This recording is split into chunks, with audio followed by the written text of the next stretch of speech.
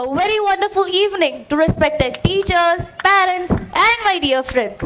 I'm Lubna from grade 10.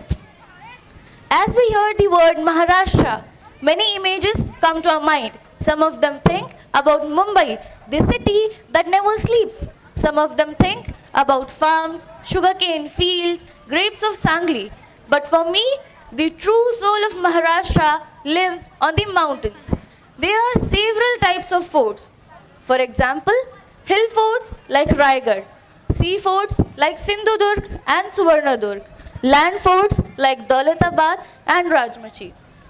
Standing tall in Sahyadri ranges are more than 350 forts. They are not just stones stacked on the hills. They are the symbols of courage, planning, leadership, and vision.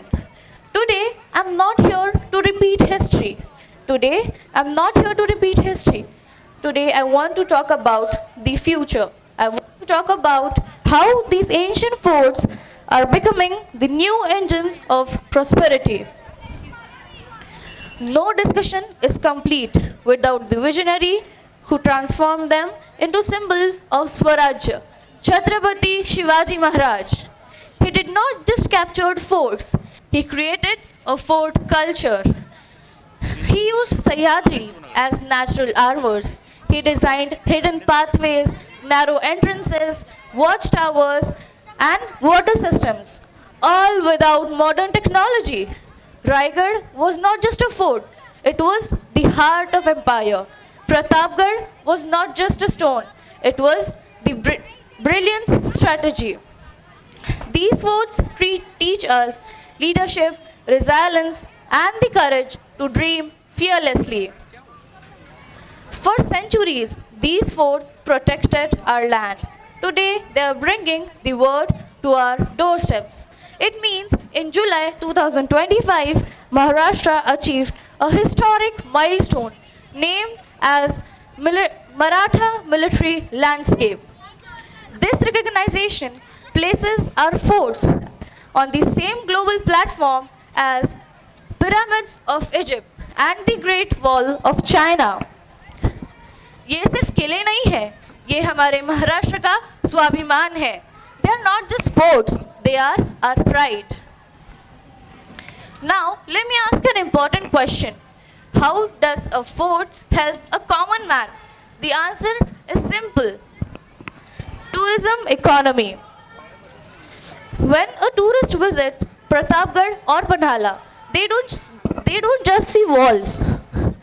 They stay in local homestays. They eat local food like bhakri, pitla, techa.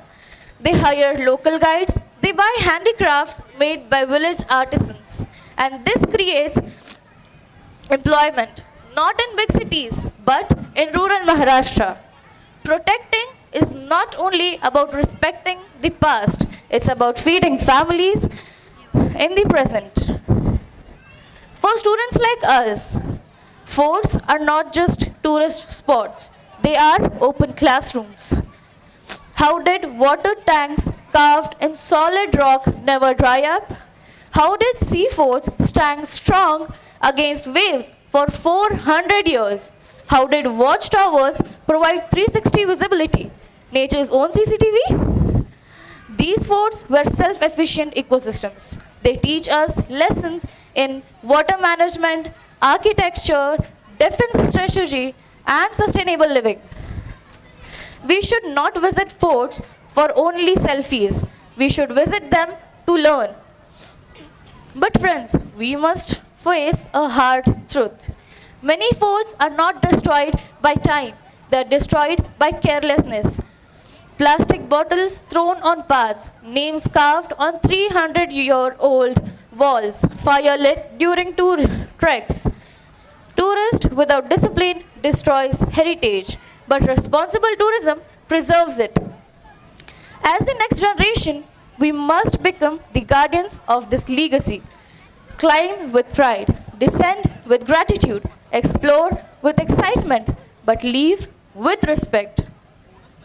Friends, Maharashtra's forts are not monuments. They are memories we can walk on, stories we can breathe, and heritage we must carry forward.